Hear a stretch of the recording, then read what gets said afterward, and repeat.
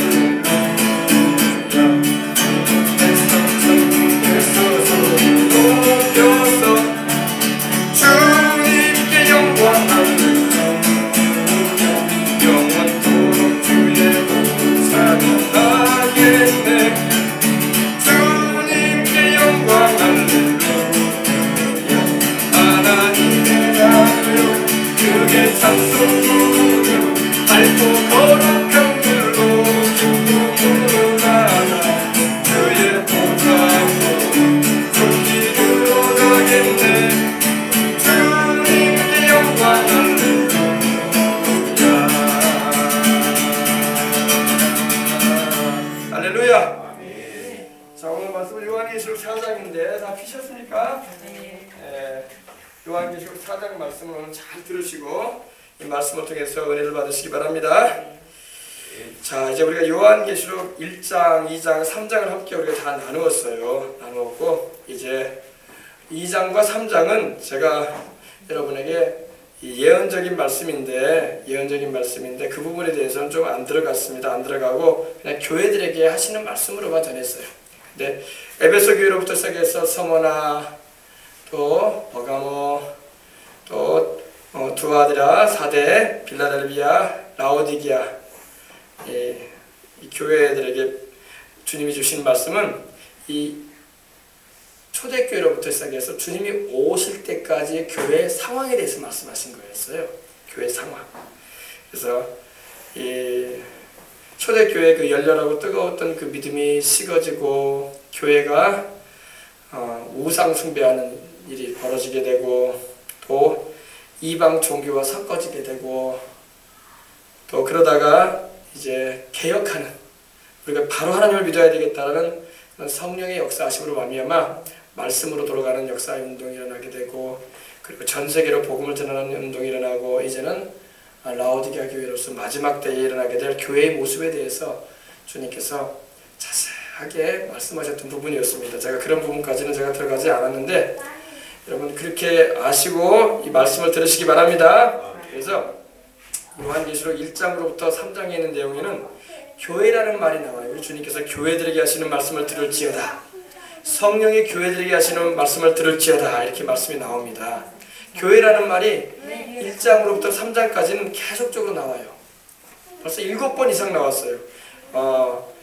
성령의 교회들에게 하시는 말씀을 귀 있는 자는 들을지어다, 이런 구절이 많이 나왔죠. 그렇죠? 각 교회에게 주님이 보내는 편지 끝마무리에 귀 있는 자는 성령의 교회들에게 하시는 말씀을 들으라, 이렇게 되어 있어요.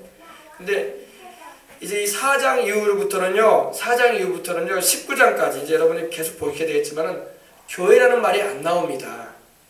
4장부터 이제 우리 계속 들어가는데 19장까지의 내용의 말씀에는 교회라는 말이 한마디도 안 나와요. 왜 안 나오냐? 교회 시대가 맞춰지게 되면은 주님이 다시 오시기 때문입니다. 그리고 휴거라는 일이 일어나요. 주님이 공중으로 재림에 오셔서 주의 신부된 백성들을 끌어올리십니다.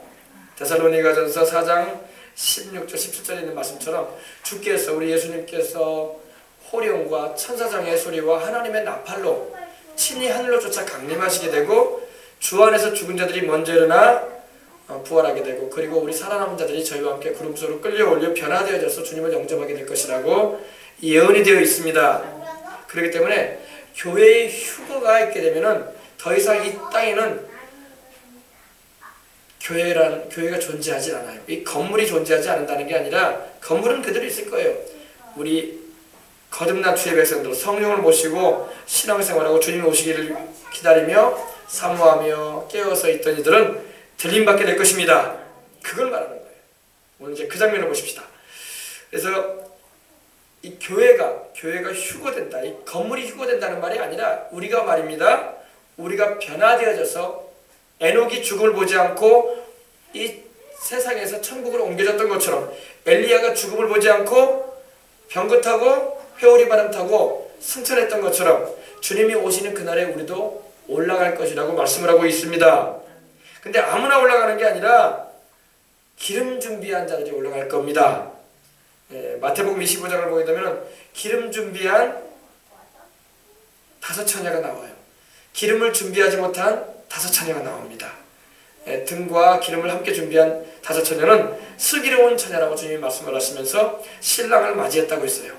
그러나 등만 준비하고 기름은 준비하지 못한 처녀들은 신랑을 맞이하지 못했다고 말씀을 하고 있습니다. 오늘 이 자리에 계신 분들은 등만 가지고 계시지 마시고 기름도 준비하시길 바랍니다. 기름은 뭐냐? 기름은 깨어 기도하는 생활이에요. 깨어 기도하는 생활. 교회를 왔다 갔다 한다고 해서 주님이 오시는 그날에 주님을 맞이할 수 있는 것이 아니라 깨어 기도하며 늘 회개하며 주님 뜻대로 살려고 하는 이들이 그날에 성령의 감동하심을 입고 주의 부르시는 음성, 이리로 올라오라는 음성을 듣게 될 것입니다. 자, 오늘 보십시다. 이제 2일 후라는 것은 이제 교회 시대가 다 맞춰진 후에, 교회 시대, 에베소 교회로부터 시작해서 마지막 시대의 교회라고 일컬어지는 이 라오디게아 교회 시대까지, 우리가 지금 살고 있는 교회 시대는 라오디게아 교회 시대예요. 라오디게아 교회 시대. 이 라오디게아 교회 시대는 이제 마무리되어져 가고 있습니다. 이제 황혼이 깃들어져가는 저녁에 기울어지는 것처럼 라오디게아 교회 시대가 지금은 이제 기울어져 가고 있어요. 우리가 살고 있는 지금이 바로 라오디게아 교회 시대예요. 이 라오디게아 교회 시대가 맞춰지게 되면은 이제 주님이 오신다는 것입니다. 정확하게 몇날 몇월 날 오신다는 말씀은 우리가 몰라요. 우리 주님께서도 그날과 계시는 하늘의 천사들도 아들도 모르고 아버지만 아신다고 하셨기 때문에 우리 주님이 몇 날 며칠에 오실지는 모르지만 우리는 늘 깨어서 기도하면서 시대적인 징조와 이러한 일들이 우리 주님이 예언해 놓으셨던 일들이 이루어지는 걸 볼 때마다 우리는 깨어서 기도하면서 주님 맞을 준비를 해야 할 줄 믿습니다. 마지막 때는 전 세계적인 복음 증거가 있을 거라고 하셨고 기근과 지진이 있을 것이라고 하셨고 거짓 그리스도들과 거짓 선지자들이 택한 자들까지도 미혹하는 시대라고 했어요. 지금이 바로 그런 시대예요. 얼마나 많은 이 거짓 그리스도와 거짓 선지자들이 출현을 해서 우리 택함 받은 주의 백성들까지도 미혹하려고 하는지 모릅니다. 그러므로 예수님을 바로 알 신앙을 굳게 잡으시길 바랍니다. 기름 준비한 처녀들이 되어야 돼. 기름 준비한 처녀가 되십시다. 신랑이신 우리 주님을 맞이하기 위해서 늘 깨어 기도하며 성령 충만해서 주님과 동행하다가 주님 맞이하십시다. 이 일 후에 다시 말씀드립니다. 앞에 일, 즉 교회 시대가 다 지나간 후에 그걸 말합니다. 이 일 후에 내가 보니, 이제 요한이 봅니다. 이 당시 요한은 교회의 대표예요. 왜냐? 요한 말고는 다 순교했어. 베드로도 순교했고 이방인의 사도였던 바울도 로마에서 순교했고 또 다른 제자들도 다 순교를 맞이한 그런 상황이었습니다. 이 사도 요한도 순교할 만한 그런 상황이었는데 아직 때가 이르지 않으므로 사명이 있기 때문에 아직 하나님께서 생명을 취해가지 않으셨어요. 왜냐하면 요한계시록을 기록해야 할 사명이 있었기 때문인 걸 믿으시기 바랍니다. 장래되어질 일에 대해서 요한으로 하여금 하나님은 기록하게 하길 원하셨어요. 그래서 이제 요한은 교회의 대표로서 지금 이제 계시록의 말씀을 기록을 하는 겁니다. 이 일 후에 내가 보니 하늘에 열린 문이 있는데 내가 들은 바 처음에 내게 말하던 나팔 소리 같은 그 음성이 이르되 이리로 올라오라. 이후에 마땅히 일어날 일들을 내가 내게 보이리라 하시더라. 하늘에 열린 문이 있다. 여기서 말하는 하늘은요, 새가 날아다니는 하늘, 구름이 떠다니는 하늘이 아닙니다. 여기서 말하는 하늘은 바로 하나님이 계시고 천사들이 있고 구원받은 주의 백성들이 가 있는 천국의 하늘을 말해요. 천국의 하늘. 이 하늘이 세 가지로 나누어진다고 보통 우리가 얘기를 하거든요. 첫째 하늘은 새가 날아다니고 구름이 있는 하늘. 비행기 타고 우리가 올라가게 되면은 구름이 비행기 밑에 있잖아요. 그 하늘, 비가 내리고 구름이 끼는 하늘은 바로 첫 번째 하늘이고 두 번째 하늘은 그 위에 있어요. 그 위에 있는데 공중에 진을 치고 있는 원수마귀가 역사하고 있는 하늘이에요. 둘째 하늘, 우리는 창세기 1장 3절로 4절 보게 되면 이 궁창이라는 표현이 나오죠. 궁창. 하나님이 궁창을 지으셨다고 했죠. 바로 이 첫 번째 하늘 위에 있는 두 번째 하늘을 말하는 거예요. 둘째 하늘. 둘째 하늘도 하나님이 지으셨어요. 그리고 사도 바울이 고린도후서 12장을 보게 되면 셋째 하늘에 대해서 말을 했어요. 셋째 하늘이 바로 천국이에요. 할렐루야. 여기서 말하는 하늘은 바로 셋째 하늘을 말해요. 셋째 하늘. 아이고 새가 날아다니는 하늘에 열린 문이 있나 보다. 우주 저기 달이 있고 별이 있는 그 하늘에 열린 문이 있나 보다. 이게 아니라 그 위에 있는 하늘을 말하는 거예요. 영의 세계를 말해요. 영의 세계를 아시길 바랍니다. 예수님 믿는 분들은 영의 세계를 알아야 돼. 근데 예수님을 안 믿는 사람은 영의 세계를 잘 몰라. 깜깜해. 그냥 하늘 하면은 새가 날아다니는 하늘, 스카이만 생각을 해요. 하늘, 새가 날아다니는. 조금 더 이제 좀 더 나가면은 공중에 거기 별들이 있고 말이야. 안드로메다 성저가 있고 태양계가 있는 것이 아니냐. 이것이 하늘 아니냐 이렇게 생각합니다. 그러나 성경이 말하는 하늘은 그걸 뛰어넘어요. 천국을 말합니다. 할렐루야. 그걸 아셔야 돼요. 그래서 하늘에 열린 문이 있었다고 했어요. 열린 문. 문이 열려 있는데 바로 천국으로 들어가는 문인 걸 믿으시기 바랍니다. 여러분 열린 문이 누군지 아세요? 예수님이세요. 예수님. 여러분 다른 문은 없어요. 천국에 들어가는 다른 문 없습니다. 하나님께서 오늘날 이제는 내가 예수 말고 다른 문을 준비해놨으니 그 문을 통해서 나에게로 오거라 이러지 않으세요. 유일한 구원의 문은 예수밖에 없어요. 다른 이로서는 구원을 얻을 수 없나니 천하 인간에게 구원 얻을 만한 다른 이름을 우리에게 주시지 않으셨어요. 오직 예수님만 여러분이 의지하고 나가시면 천국까지 넉넉히 들어갑니다. 예수님 말고 오늘 이단 교주를 믿어야지 구원받는다. 이제는 예수님 시대는 지나갔고 새로운 지도자가, 새로운 위대한 인물이 탄생했으니 그 인물을 따라가야지 구원받는다. 다 마귀가 새빨간 거짓말하는 거예요. 예수 그리스도만이 열린 문이 되십니다. 내가 곧 문이라고 주님 말씀하셨어요. 문. 나로 말미암아 들어오고 나가면 생명의 꼴을 얻으리라 그러셨습니다. 하늘에서 열린 문이 있는데 내가 들은 바 처음에 내게 말하던 나팔 소리 같은 그 음성. 여러분 계시록 1장 10절에 보니까 사도 요한이 나팔 소리 같은 음성을 들었는데 그 음성이 누구의 음성이냐? 예수님의 음성이었어요. 예수님의 음성. 예수님의 음성. 우리 예수님의 음성이 얼마나 장엄하고 얼마나 큰지 나팔 소리 같은 음성이라고 했습니다. 나팔 소리 같은 그 음성이 가로되 이리로 올라오라. 이리로 올라오라. 여러분 우리 주님이 다시 오실 때에 주님께서 공중으로 재림해 오실 때에 여러분의 귀에도 그 음성이 들려야 돼요. 이리로 올라오라. 주님이 오셨는데 이리로 올라오라는 음성이 안 들리면 큰일이죠. 예, 그 음성이 들려야지 올라가는 것입니다. 영의 귀가 열려야지 들려요. 영의 귀가. 지금 사도 요한은 영의 눈도 열려있고 영의 귀도 지금 열려있는 상태예요.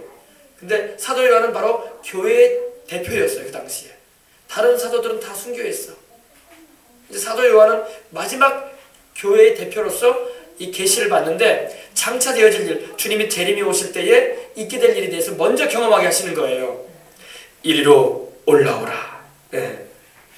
그 나팔 소리 같은 마지막 나팔이 울릴 때에 호련히 변화되는 걸 믿으시기 바랍니다. 주 안에서 죽은 자들이 부활의 몸을 입을 거예요. 지금요 예수님 믿고 구원을 받고 천국에 가 있는 그 영혼들이 부활의 몸을 입을 날을 기다리고 있어요. 지금 그들은 영혼으로 지금 가 있는 거예요. 영혼으로요. 육신은 이미 장사되어져서 무덤에 그 몸이 썩어서 흙이 돼버리고 말았고 없어요. 육신은 이제 없어요. 영혼만 지금 천국에 가 있어요. 근데 그날에 그들이 육신의 몸을 입을 것입니다. 부활의 몸을 입을 거예요. 그래서 썩지 않을 몸, 썩지 않은 몸을 입습니다. 그리고 병들지 않은 몸, 그리고 늙지 않은 몸, 그리고 죽지 않은 몸을 입을 거예요. 강한 몸을 입을 것입니다. 생명, 영생의 몸을 입을 거예요. 지금 구원받은 주 백성들이 세상을 떠나서 천국에 가 있을 때요. 그들은 영혼만 가 있어요. 육신은 아직 없어요.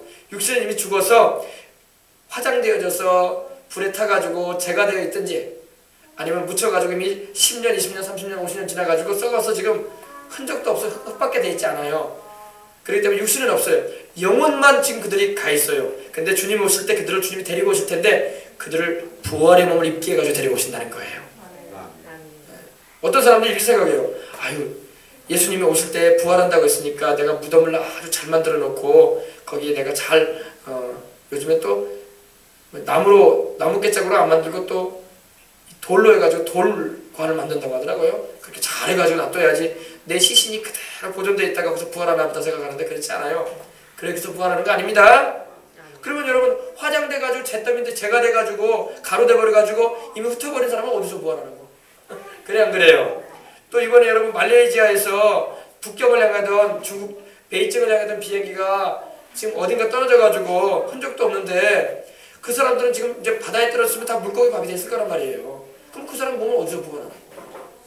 거기서 그 죽은 시신에서 부활하는 게 아니라 천국에서 올 때에 주님께서 부활의 몸을 입혀주겠다는 것입니다. 잘 이해를 하세요. 그래서 어떤 분은 생각해요. 무덤을 만들어가지고 그 무덤에서 내가 부활할 거라 생각을 해. 그렇지 않아요? 또 찬송해 보니까 막 무덤 속에 잠자던 그때 다시 일어나. 그러면 죽은 영혼이 무덤 속에 있는 게 아닙니다. 노래를 할 때 그렇게 부른 거지 실제로 영혼은 무덤에 있지 않아요. 아시겠어요? 그래서 무덤에서 우리가 제사 드릴 필요가 없고 술 따라 바칠 필요가 없다는 거예요. 영혼은 이미 떠났어. 육신은 그냥 썩어버리고 이미 흙이 돼버리고 마른 거예요. 알겠습니까? 우리 믿는 사람도 마찬가지예요. 장사 치르면요 이미 그 죽는 순간에 영혼은 떠났어. 육신만 이 옷을 벗어버리듯이 옷을 이렇게 벗어버리듯이 육신만 놔두고 간 거예요. 몸을 가버리고. 알겠습니까? 잘 이해를 하세요. 그래서 주님이 오시는 그날에는 그 영혼도 같이 구원받은 주의 백성들 천국에 있다가 그 영혼들이 올 텐데 그때 부활의 몸을 입혀가지고 오시겠다는 것입니다. 먼저 그들이 부활의 몸을 입을 것이고 그리고 그때까지 믿음 생활 잘하다가 구원의 은총을 입고 살고 있던 주의 백성들이 이제 그때 변화돼요. 우리도 변화됐고 우리도 주님이 지금 오신 다음에 우리도 변화된 몸을 입게 될 텐데 우리의 이 약한 몸이 강한 몸을 입을 것이고 이 병 들어가는 몸이 건강한 몸을 입을 것이고 이 늙어가는 몸이 늙지 않은 몸을 입을 것이고 할렐루야. 이렇게 변화되겠다고 주님이 말씀을 하셨어요. 그러니까 여러분 우리 주님이 오실 날까지 건강 잘 지키고 늘 깨어 기도하며 사시길 바랍니다. 그러면 에녹이 경험했던 엘리야가 경험했던 죽지 않고 천국에 가는 역사를 우리도 체험하게 될 겁니다. 아셨어요? 네, 오늘 이 말씀을 잘 들으시고 예수님 자매되어야 되겠습니다. 하늘에서 열린 문이 있는데 내게 들은 바 처음에 내게 말하던 그 나팔 소리 같은 음성, 바로 예수님의 음성입니다. 이리로 올라오라. 이거는 바로 교회의 휴거를 말하는 거예요. 휴거. 다시 말해서 휴거라는 말은 뭐라고 할까요? 채가다는 말이에요. 채가다는 말이에요. 그 의미가 영어로는 랩처라고 하는데 채간다. 자석이 쇠붙이를 달라붙게 하듯이 우리 주님께서 주의 신부된 백성들 교회를 끌어올리겠다는 겁니다. 그때 변화되는 거예요. 아시겠어요? 그걸 말하는 거예요. 이게 바로 그겁니다. 그래서 이 교회 시대, 에베소 교회로부터 라오디게아 교회까지의 이 교회 시대가 끝이 나게 되면 주님이 다시 오신다는 겁니다. 주님이 정말로 다시 오실 때가 바로 얼마나 많이 가까워졌는지 몰라요. 주님 다시 배울 날이 날로 다가와. 할렐루야. 무거운 짐 주님께 맡겨 벗을 날도 멀잖아요. 이 세상 살아갈 때 우리가 어깨에 무거운 짐들이 많아요. 사람과의 관계에서 또 뭐 살자니 또 생활고로 또 여러 가지 자식을 키우다 보니까 여러 가지 고민되고 그냥 얼마나 많습니까? 그죠? 그러나 여러분 무거운 짐 벗을 날도 옵니다. 그때까지 우리 주님 꽉 붙잡고 나가시길 주의 이름으로 축원합니다. 보세요. 이리로 올라오라 할 때에 그러면서 우리 주님이 말씀하길 이후에 마땅히 될 일을 내가 내게 보이리라 하셨어요. 이후라는 건 뭐냐니까 이 교회 시대가 마쳐진 후에 마땅히 내가 될 일을 내가 너한테 보일 것이다. 요한아. 다시 말해서 이 교회 시대가 끝이게 되면은 이 교회 시대는 뭐냐면 이방인들에게 복음을 전하는 시대예요. 여러분이나 저도 이방인이에요. 그죠? 이스라엘 백성을 제외하고는 다 이방인이야. 근데 이방인들에게 하나님께서 구원의 기회를 얼마나 많이 주고 계시는지 몰라. 회개하고 예수를 믿고 돌아오면 다 구원해 주셔요. 할렐루야. 근데 이제 교회 시대가 맞춰가요. 교회 시대가 이방인의 때가 맞춰져 갑니다. 이제 이방인의 충만한 수가 채워지게 되면 주님이 오시게 될 것이고 또 이제 유대인을 향하신 구원의 손을 펼치겠다고 주님이 말씀을 하셨어요. 지금은 이제 교회 시대가 마무리 지어가요. 이제 교회 시대가 문을 닫혀가는 시대예요. 이방인의 때가 문이 닫혀져 가요. 이제 선교라는 그 문이 닫혀져 가는 시대예요. 이제는요. 어떻게 보면요. 전 세계적인 복음 전파가 이제 다 전해졌기 때문에 이제는 주님이 오실 날이 다가오는 때에 우리는 살고 있기 때문에 이제 이방인의 충만한 수, 구원받는 자의 숫자가 채워져 가는 상황에 있습니다. 그 숫자가 얼마인지는 몰라요. 그러나 주님께서 정하신 숫자가 지금 채워져 가고 있어요. 그때에 우리 주님께서 다시 오셔서 우리를 데리고 공중으로 휴거시키실 것이고 이 땅에는 이제 7년간의 대환란이 임할 겁니다. 대환란. 잘 들어보시기 바랍니다. 여러분 뭐 7년 대환란은 많이 들어봤잖아요. 7년 대환란이라는 것이 바로 휴거 이후에 시작이 되는 거예요. 주님이 주의 백성들을 끌어올리신 후에 7년 대환란이 이 땅 가운데 전 세계적인 노아 홍수가 전 세계적으로 일어났던 것처럼 전 세계적인 환란이 일어나게 됩니다. 환란이. 교회는 근데 환란을 통하지 않을 거라고 주님 말씀을 하신 것을 우리는 잘 알고 믿어야 할 줄 믿습니다. 교회는 환란을 통하지 않아요. 왜? 예수님의 몸이기 때문에 그래요. 예수님의 몸은 이미 십자가에서 우리의 죄를 담당하셔서 우리의 죄의 저주를 담당하셔가지고 심판을 받아주셨어요. 그래서 교회는 그의 몸된 교회는 심판을 받지 않습니다. 7년 대환란은요. 하나님이 이 회개치 않은 이 세상을 향해서 심판하시는 거예요. 심판하시는 거예요. 노아 홍수 때처럼 하나님께서 회개치 않은 인생들에게 회개라고 심판을 하시는데 그것이 바로 7년 대환란입니다. 근데 교회는 예수 그리스도 안에 거하는 교회는 심판을 받지 않습니다. 왜? 주님께서 우리를 대신하여 심판을 받아주셨기 때문입니다. 이걸 알아야 돼요. 어떤 사람은요. 교회도 7년 대환란을 통한다고 말하는 분들도 있어요. 어떤 목사님들은. 그러나 아니에요. 교회는 7년 대환란 통하지 않습니다. 왜냐? 교회는 그리스도의 몸이고 주님께서는 7년 대환란을 통과하겠다고 말씀하지 않으셨어요. 여러분 첫 번째 교회가 예수님의 몸이라는 걸 잊지 마시길 바랍니다. 그래서 우리는 기도할 때 몸된 교회 그러지 않습니까? 예수님은 이미 갈보리에서 우리의 죄에 대해서 심판을 전부 받아주셨어요. 죄의 형벌은 주님께서 다 대속하셨기 때문에 우리 즉 주님의 몸된 교회는 두 번 심판받지 않습니다. 죄값을 다 주님이 치르고 주셨는데 왜 우리가 심판받아? 회개하고 주를 믿는 자들은 심판받지 않아요. 아멘. 무죄백병되어 나왔는데 또다시 같은 죄값으로 형벌을 받는 것은 있을 수 없는 일인 것입니다. 교회는 시련과 어려움을 겪을 수 있어요. 그러나 하나님께 심판받지는 않습니다. 교회도 시련과 어려움을 겪기도 하죠. 죄를 지어서 넘어지기도 하고 또 연단의 과정을 겪기도 합니다. 그러나 심판은 하나님이 하지 않으셔. 회개시키시기 때문에. 할렐루야. 여러분 그리고 우리 주님은요 마태복음 24장 37절 38절에 주님이 오실 때에는요 노아의 때와 같고 롯의 때와 같다고 했어요. 여러분 홍수가 일어나기 일주일 전에 노아와 그의 가족들 동물들 다 하나님께서 들이셨어요. 안에다가 방주 안에 먼저 들이시고 난 다음에 주님이 비가 내리기 전에 방주문 닫으시고 그 다음에 하늘의 창문들을 열어가지고 하늘의 창문들을 열어가지고 비를 내리게 하셨고 40일 주야를 또 땅에서 깊은 곳에서 샘이 터져서 온 천지가 물에 순영이 가셨던 것입니다. 방주 안에 넣으신 후에 심판하셨어요. 교회도 마찬가지예요. 주님이 오시는 그날에 교회는 휴거시키십니다. 주의 백성들을 끌어올리신 후에 이 세상에 심판을 하시는 거예요. 아시겠습니까? 롯의 때와 같다고 했어요. 롯의 때는 어떻습니까? 롯과 그의 딸들이 먼저 소알성으로 피신한 후에 그 다음에 하나님께서 불과 유황으로 심판하셨죠. 롯과 그의 둘 딸을 죽도록 내버려두지 않으셨어요. 하나님이. 그죠? 피신시키셨어요. 하도 주저주저하고 있기 때문에 하나님께서 롯과 그의 딸들을 가족을 천사들을 보내가지고 손을 붙잡아 끌어냈어요. 그 다음에 하나님께서 소돔과 고모라 성을 불과 유황으로 심판하셨어요. 하나님께서는 먼저 자기 백성들을 피신시키신 후에 피난처로 피신시키신 후에 언제나 심판을 하셨어요. 이걸 우리가 알 때에 아 그렇구나. 우리 주님께서 마지막 때에는 주님께서 오실 때에는 롯의 때와 같고 노아의 때와 같다고 했는데 다 피신시키셨잖아요. 방주로 피신시키셨고 소화성으로 피신시키셨어. 그 다음에 하나님께서 심판하셨단 말이에요. 그렇기 때문에 오늘날 이 시대도 주님께서 오신다면 우리를 피신시키신 후에 심판하신다는 겁니다. 그리고 예수님께서 환난을 잘 통과를 잘하게 하기 위해서가 아니라 환난을 피하기 위해서 기도하라고 하셨습니다. 이 말씀을 여러분 찾아봐야 돼요. 누가복음 21장 보세요.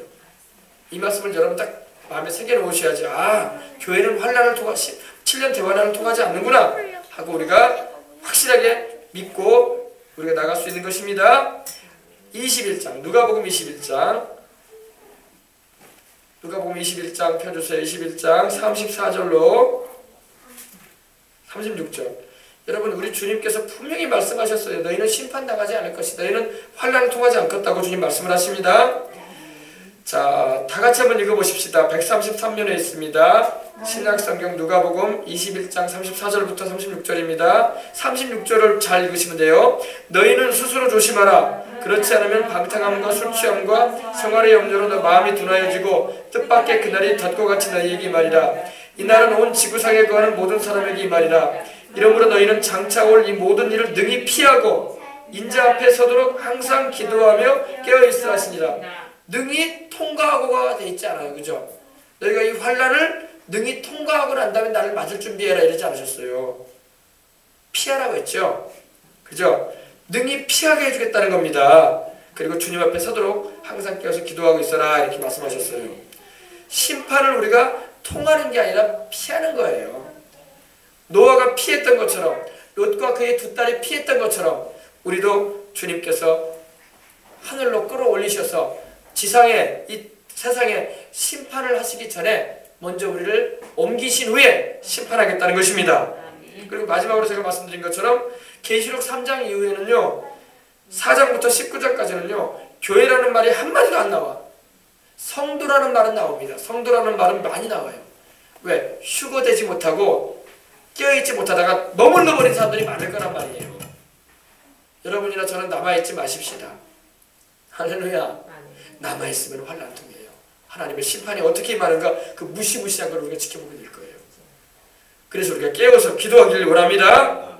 예, 이걸 반드시 우리 자녀들에게도 가르쳐줘서 너도 깨워서 기도하거라. 죄진 거 있으면 회개하고 주의 보혈을 씻고 늘 주의 성령과 동행하거라.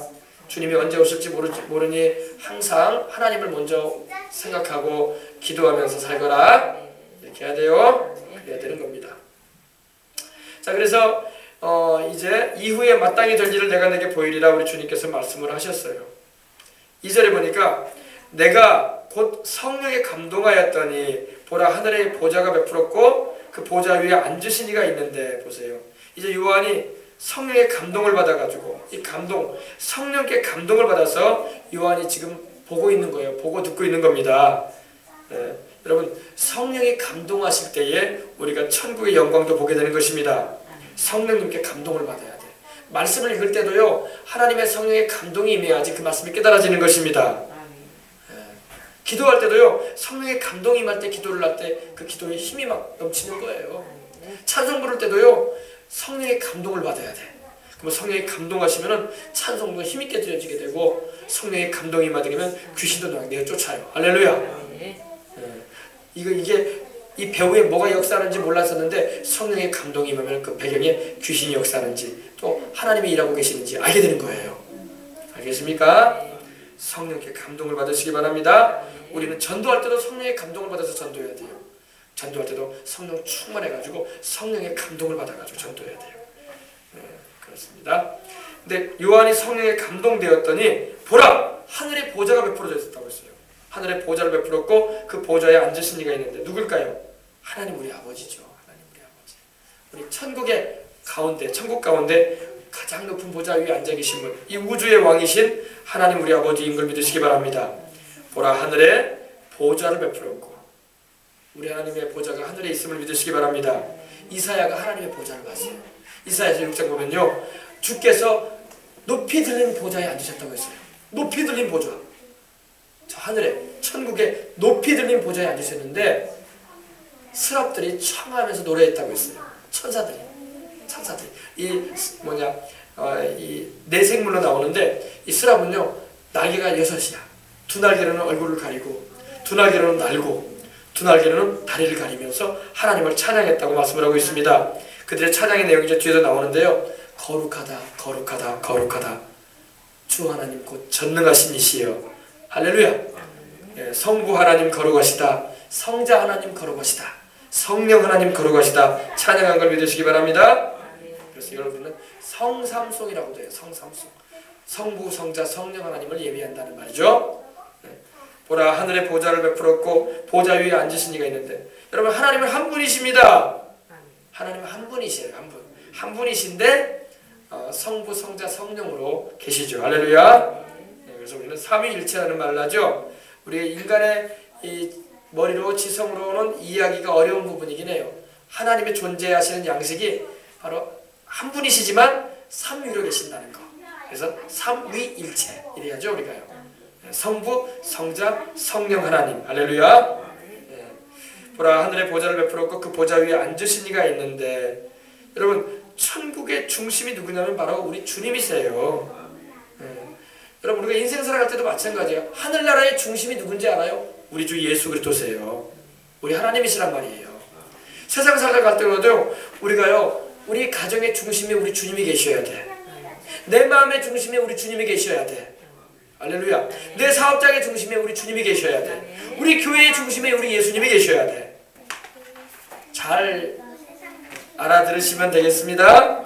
우리 주님이 항상 중심이 되게 인생을 살아가시길 바랍니다. 하나님 중심의 생명의 근원이신 우리 하나님 중심의 그런 우리 인생을 살아야 할 줄 믿습니다. 여러분 인생을 내 중심으로 살게 되면요, 고난과 슬픔을 많이 겪습니다. 그러나 우리 주님이 함께 계시고 주님이 중심에 계시면요, 고난과 슬픔이 와도 견뎌내고 이겨낼 수 있는 힘이 생기는 것입니다. 그렇습니다. 그래서 우리는 보세요. 하늘에도 하나님의 보좌가 하늘의 가운데 계신 거예요. 하나님의 보좌가. 주께서 높이 들린 보좌 위에 앉으셨는데 그 옷자락이 성전에 가득했다고 이사야서 6장에 말씀을 하고 있어요. 야곱도요, 하나님께서 저 베델에서 영안이에서 보는데 하늘 끝까지 땅에서 사닥다리가 놓여 있었어요. 사다리가. 근데 그 위에 하나님께서 계셨다고 말씀을 하고 있습니다. 그래요. 근데 3절을 보십시다. 앉으신 이의 모양이 벽옥과 홍보석 같고 또 무지개가 있어. 보세요. 앉으신 이가 누구라고 했죠? 하나님 우리 아버지예요. 할렐루야. 다니엘서 7장 9절 한번 보십시다. 다니엘도 이 장면을 봤어요. 다니엘서 7장 9절입니다.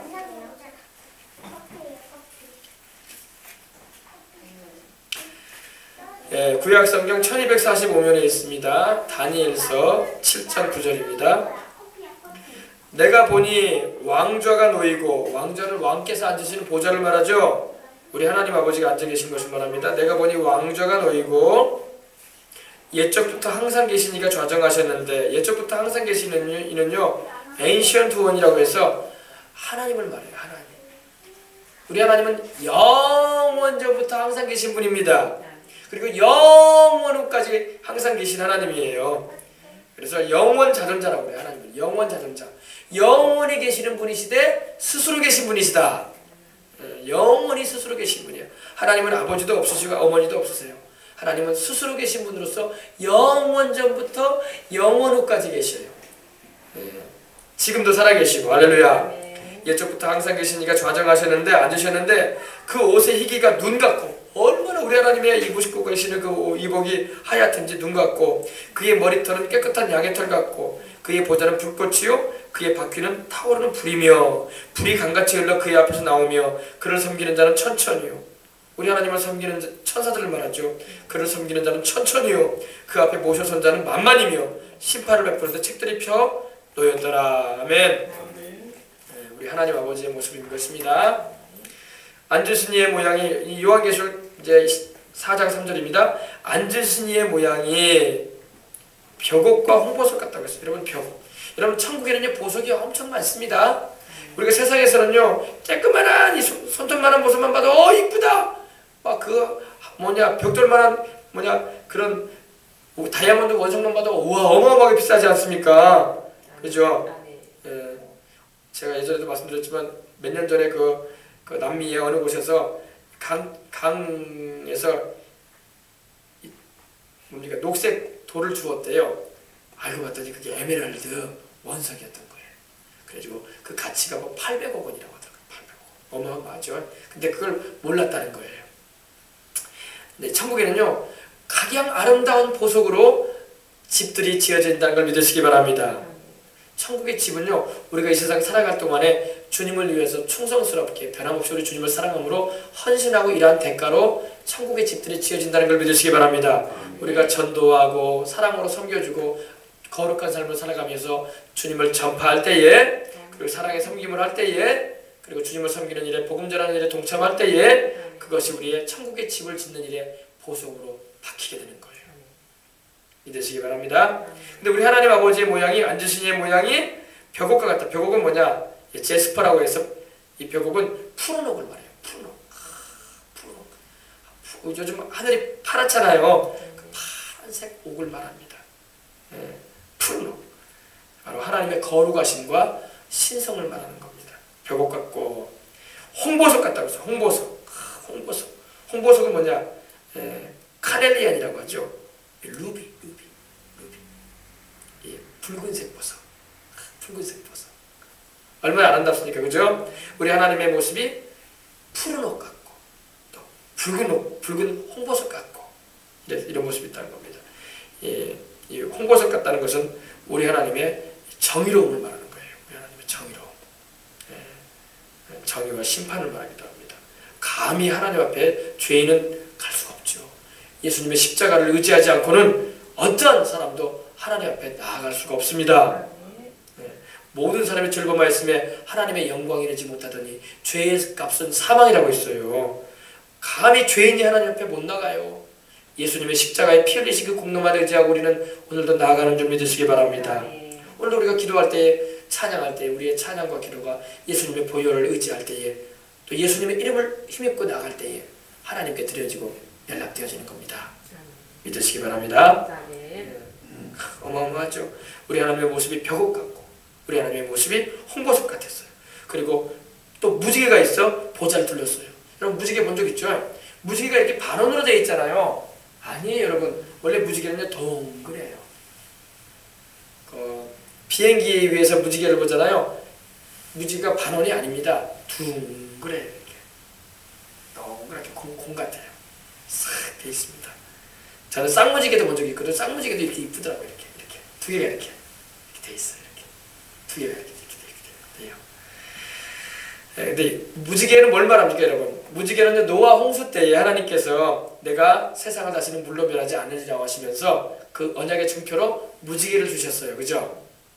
그래 안 그래요? 그죠? 무지개는 뭐냐? 내가 심판하지 않으리라 이 말이에요. 여러분 예수님을 의지하고 하나님께 나가는 사람 하나님이 심판하지 않아요. 이거 잘 알아야 돼요. 아무리 내가 큰 죄를 범했을지라도 회개하며 내가 죄인임을 고백하며 예수님의 십자가의 보혈을 의지합니다. 아버지 이렇게 나가는 사람 하나님이 심판하지 않아요. 그러나 예수님의 십자가의 그 보혈을 의지하지 않고 교만하게 하나님 옆에 하나님을 대적하며 나가는 인생 하나님 옆에 심판당하고 맙니다. 그러나 예수님 의지하고 나가는 사람 그 어떤 죄를 지었다 할지라도 용서해 주시고 회개하는 그 심령을 하나님은 받으시는 걸 믿으시기 바랍니다. 무지개가 있어요. 무지개가 있다니 뭡니까? 하나님께서 내가 내 아들 예수를 의지하고 나오는 자는 내가 심판하지 않으리라. 내 아들 예수의 피를 의지하고 내 앞에 서는 자 내가 심판하지 않으리라. 할렐루야. 무지개가 있다는 거예요. 무지개가. 언약의 증표의 무지개죠. 심판치 않겠다는 거예요. 하나님의 아들이 있는 자는 생명이 있고 하나님의 아들이 없는 자에게는 하나님의 진노가 임하게 되고 생명이 없는 거예요. 알겠습니까? 또 무지개가 있어 그 보좌를 둘러서 하나님의 보좌를요 하나님이 앉아 계신 그 보좌를요 이 무지개가 싹 둥그렇게 두르고 있어요. 무지개가 둘렀는데 그 모양이 녹보석 같더라 돼 있어. 녹보석이 뭐예요? 에메랄드 얘기 말하면 에메랄드. 녹색 보석 에메랄드. 천국에는요 하나님이 너무너무 아름다운 분이기 때문에 만드신 것도 너무너무 아름다운 게 많아. 할렐루야. 이 세상에서 여러분 아름답고 귀하게 여겨지는 거요 천국에 올라가 보세요. 하나도 별로가 아니었구나 이걸 알게 돼요. 세상에서나 아유 가치가 있었고 희귀해 가지고 좋았구나 이 생각하는 거지 천국에 올라가 보시면 여러분 알 겁니다. 그때 알 거예요. 야 세상에서 좋았던 거 별거 아니었구나. 왜 별거가 아닙니까? 천국은 길 자체가 황금이야. 길 자체가 정금길이야. 할렐루야. 세상에서 그렇게 가치 있다고 희소성 있다고 우리가 금속 가운데 좋게 여기는 게 뭡니까? 그 말입니까? 천국에는 바닥이 금이란 말이에요. 바닥이 금이야. 정금, 그것도 정금. 뭐 99.9%가 아니라 완전 정금. 먼지 하나 없고 흠 하나 없는 정금이란 말이에요. 그러니 뭐 천국에 이 세상하고 비교할 게 있겠어요? 천국이 더 좋지. 할렐루야. 그 모양이 녹보석 같도다. 또 우리 하나님의 모습이 녹보석 같아. 녹보석이 에메랄드 같아. 에메랄드. 이 뭐냐? 녹색은 뭘 말합니까? 생명을 말해. 생명. 우리 하나님께로 나오는 자, 예수를 의지하고 하나님께로 오는 자, 하나님이 살려준다는 것입니다. 죽어가던 사람도 예수 믿고 의지하면 영생 얻어요. 병들어 죽어가던 사람도 예수 믿고 의지하고 십자가가 피 공로, 채찍 맞으신 공로 의지하여 부르짖고 기도하면 주님이 살려주십니다. 생명도 연장시켜 주신다고요. 이건 뭘 말합니까? 무한한 생명을 주겠다 이겁니다. 영원히 죽지 않게 해주리라. 할렐루야. 녹색은 생명을 말하는 거예요. 생명. 그래서 우리 세상에서도 녹십자가 있지 않습니까? 녹십자. 녹색 십자가. 생명을 말합니다. 생명. 하나님은 우리를 살리시는 하나님이십니다. 하나님께서 우리를 어떻게 살리시고자 하셨어요? 하나님께서 자기 아들도 우리에게 내어주셨어요. 우리 살리시려고. 그리고 우리를 대신한 십자가에서 죄값의 심판을 받게 하셔서 우리로 하여금 용서받고 구원받는 길을 열어주신 걸 믿으시기 바랍니다. 그러므로 예수님의 십자가의 보혈 아래 우리가 거할 때에 더 이상 우리는 정죄받거나 심판당하지 않습니다. 너무나 놀라운 것은요, 이 세상 살아갈 동안에도요, 우리가 예수님의 그 십자가 아래 그 보혈 아래 거하게 되면 저주에서 놓여나. 저주는 무서워요, 여러분. 집안에요, 이상하게 여러분이 그런 걸 여러분 주변에 보지 않습니까? 이상하게 집안이 막 사건 사고가 많이 일어나고 안 좋은 일이 많이 일어날 때가 있어요. 그 집안에 이르는 어떻게 보면 그런 어떤 믿지 않은 자의 집안 가운데 이르는 저주 같은 거예요. 근데 예수 그리스도 안에 들어오면요, 그 저주가 끊어져요. 믿으시기 바랍니다. 대물림되는 저주들이 막 많아요. 성경에도 그런 내용이 좀 나오긴 하지만은 그 집안은 어떻게 된 게 오래 사는 사람이 없어. 다 젊어서 죽어봐 보면. 갑작스럽게 병들어 죽기도 하고 사고 나가지고 죽기도 하고 막 이런 막 비참한 일들이 막 벌어진단 말이에요. 왜 저 집안이 저럴까? 예수 안에 들어와야 돼. 그런 집안은요. 예수께로 들어오면 하나님이 그 저주 끊어주십니다. 생명도 길게 해주시고 장수하게 해주시고 하나님께서 사건도 막아주시고 재앙도 주님 제해주시고 할렐루야. 우리 하나님께로 와야 돼. 우리 예수님께로 와야 되는 것입니다. 왜냐하면 예수님 믿지 않으면요 그 집안의 조상들이 저질렀던 죄가 자손들에게까지 저주가 흘러들어와요. 저주의 흐름을 누가 끊어주냐고요. 뭐 구슬한다고 부적을 붙인다고 저주가 끊어져요? 절대 안 끊어집니다. 저주는 예수 십자가의 피로 끊어지는 거예요. 예수님의 십자가 아래 그 보혈의 은총 아래 거하게 되면 저주는 바로 그 자리에서 끊어지는 걸 믿으시기 바랍니다. 그리고 하나님의 축복이 임하고 하나님의 은혜가 임하기 시작하는 것입니다. 네, 그렇습니다. 그러니까 한 구절만 더 하고 우리 기도하십시다. 4절까지만 하십시다. 3절까지는 너무 적고 4절까지 하십시다. 또 보좌에 둘러 24보좌들이 있고 24보좌들이 있고 그 보좌들을 위해 24장로들이 흰옷을 입고 머리에 금면류관을 쓰고 앉았더라. 근데 보세요. 여기 보세요. 이 하나님의 보좌, 이 보좌에 둘러 바로 하나님의 보좌를 둘러서서 24보좌가 앉아있다는 겁니다. 24보좌가 있는데 여러분 24보좌는 뭘 말하냐? 구약의 12지파의 대표를 말해요. 구약의 12 이스라엘의 12지파가 있죠. 야곱의 아들이 12명이잖아요. 구약의 12지파의 대표와 또 신약의 12 사도라고 말하면 좋겠죠. 신약 교회의 대표를 말하는 거예요. 구약 대표 12, 신약 대표 12를 말합니다. 누군지는 모르겠어요. 누군지는 모르겠는데 우리 예수님께서 말씀하시기를 제자들에게 너희도 장차 보좌에 앉아서 심판을 행하는 일에 함께 할 거라고 말씀하신 적이 있어요. 네. 어떤 사람들은요 이 24보좌에 앉아있는 분들이 천사라고 말하는 분도 있어요. 24보좌에 천사들이 앉아있다 이렇게 생각하는데 분명히 여러분 보세요. 그 보좌들 위에 24장로들이 흰옷을 입었다고 했어요. 그죠? 여러분 24장로라는 말이 나와요. 장로. 천사들은요 장로 제도가 없어요. 이걸 알아야 돼요. 교회에 장로 제도가 있고 구약에 장로 제도가 있지 천사들에게 장로 제도가 있다는 말이 성경에 없어요. 그러므로 이들은 구원받은 성도들의 대표야. 구약에 12명, 신약에 12명이에요. 그러니까 신구약 모든 주를 믿어 구원받은 백성들의 대표가 바로 24장로들입니다. 근데 이들이 흰옷을 입었어요.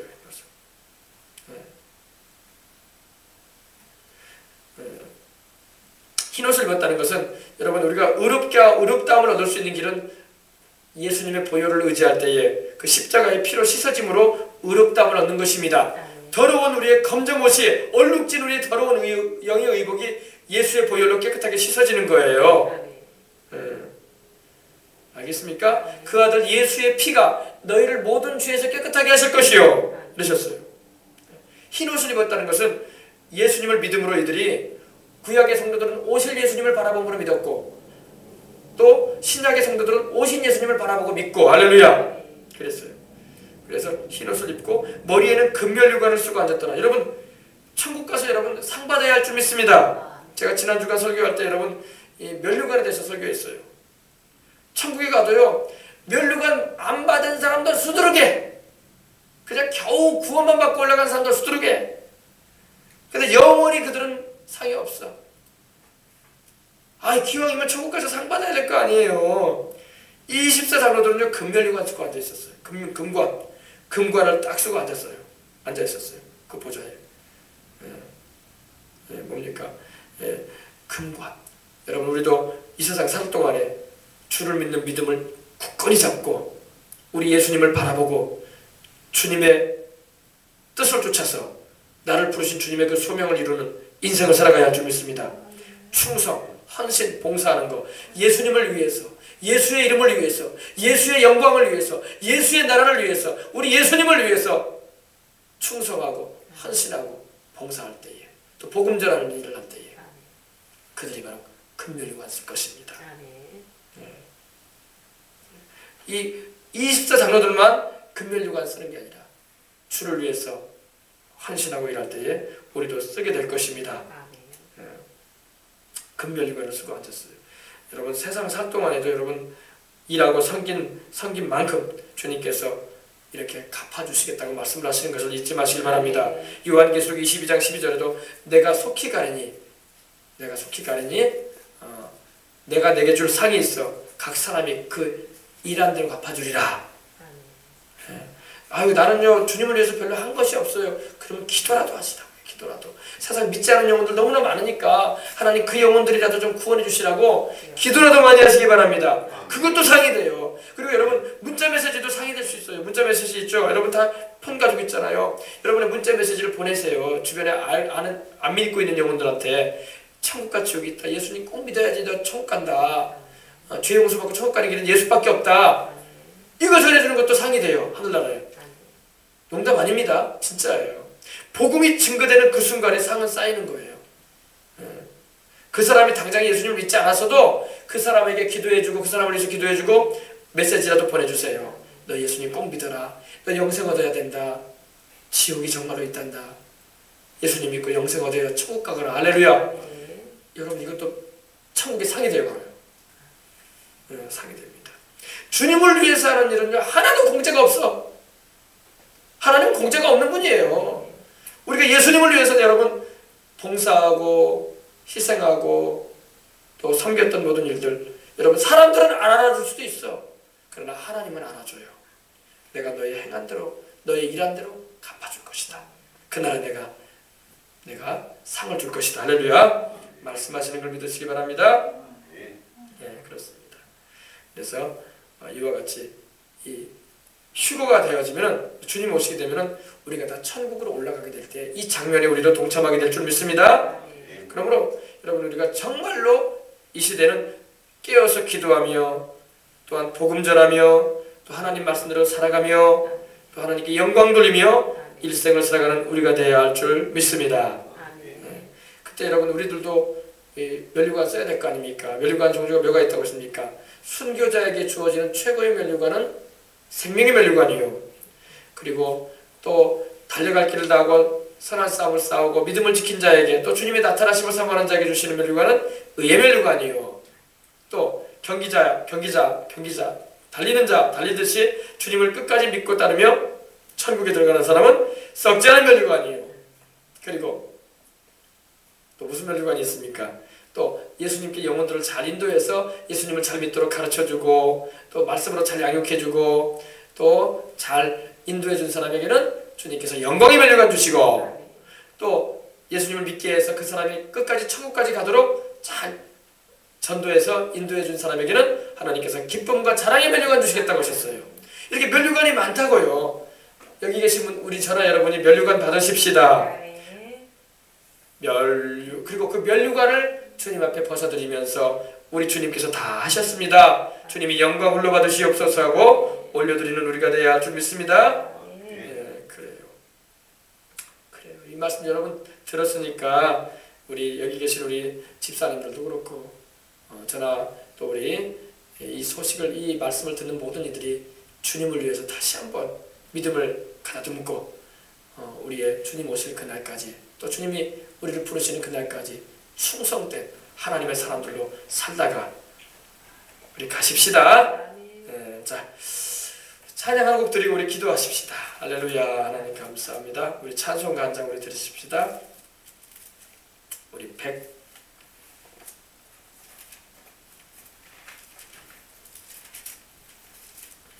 179장 드릴까요? 179장 우리 찬양하시고 우리 기도하도록 하겠습니다.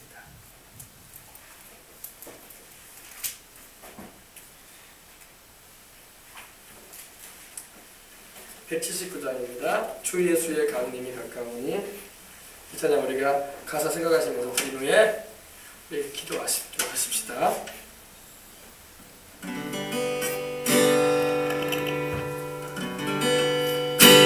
주 예수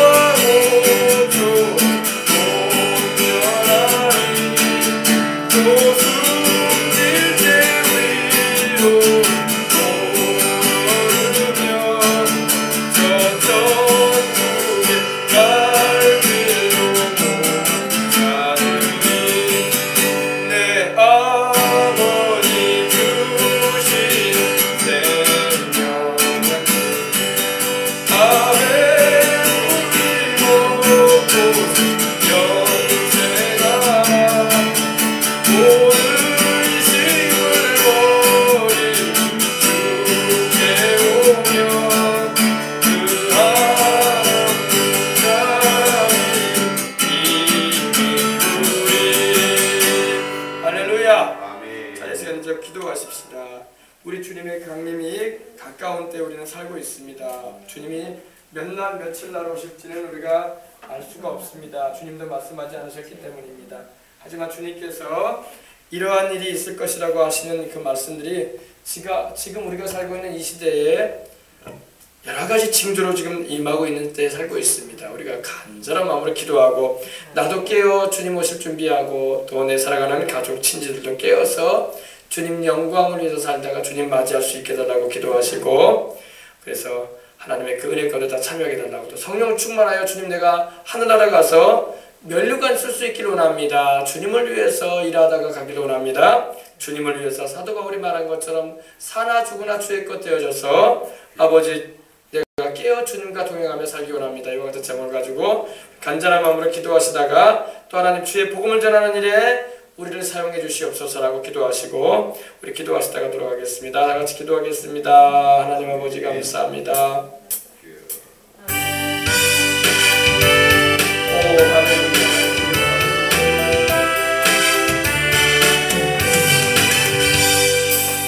오 주님 우리 아버지 감사합니다. 오 주님 우리 아버지 감사합니다. 우리 주님께서 우리로 하여금 말씀을 듣게 하시고 이 세대를 살아가는 가운데서 아버지 우리가 어떻게 살아갈 것인가에 대해서 다시 한번 우리 인생을 점검할 수 있게 하시고 깨어 기도하며 주님과 동행하는 인생을 살아갈 수 있도록 은혜 나누어 주시옵소서. 오늘 이 저녁에도 아버지 주님께 나온 모든 우리 주의 사랑하시는 이들에게 은총과 복을 내리시며 깨어 기도하는 주의 백성들로서 살아갈 수 있도록 하나님 믿음을 더 굳건하게 하여 주시옵소서. 성령으로 충만하지 않는다면 우리는 아버지 하나님 깨어서 신앙생활할 수가 없습니다. 날마다 깨어서 신앙생활하고 주님이여 가정생활하며 자녀를 기르며 직장생활을 하고 또 아버지 주님을 섬기는 일을 감당할 때에 성령님의 도우심이 얼마나 필요한지 모릅니다. 성령으로 다 충만하게 하여 주시옵소서.